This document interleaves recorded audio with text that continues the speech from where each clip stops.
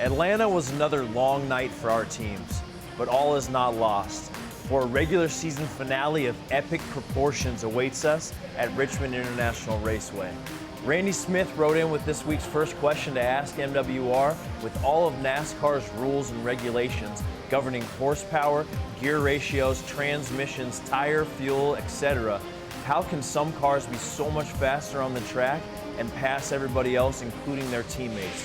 Well, Randy, a lot of what you're alluding to has to do with three factors: the setup of the car, the wear of the tires, and the driver's comfort level and his confidence in his ride.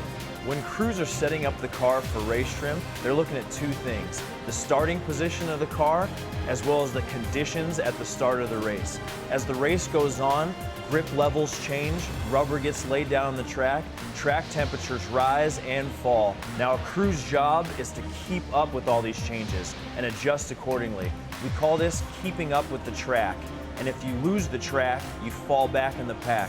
The teams that keep up with the track the best are the ones that you see passing a lot of cars out on the racetrack. The next factor, tire wear.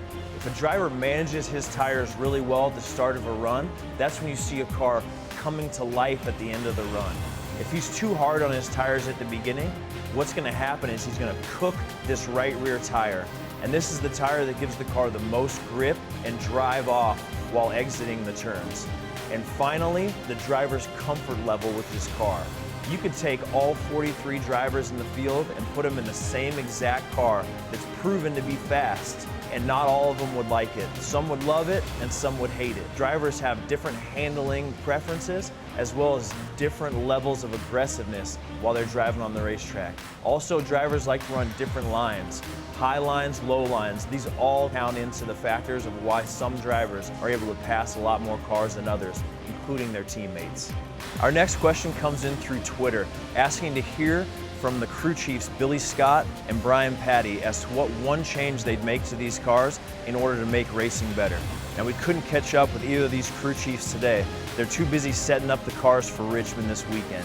But in my opinion, if you took some of the downforce away from these cars, as we saw at the last test at MIS following the Pure Michigan 400, that would even the field out, and you'd rarely see some of this single file racing that we see now. In fact, you'd see a lot more three wide, because it would shorten up those gaps between all the cars.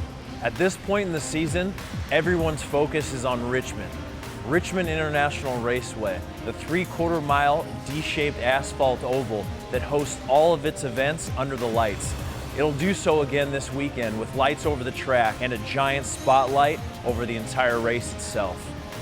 Now let's talk about MWR's chase clinching scenarios. Clint Boyer and the number 15 5-Hour Energy team can still make it into the chase without a win at Richmond. However, the 55 Aaron's Dream Machine and Brian Vickers will definitely need to win this race in order to clinch a chase berth. Best case scenario would be the 15 following the 55 to take the checkered flag at America's premier short track. Hey, crazier things have happened. After all, it's the last race before the chase.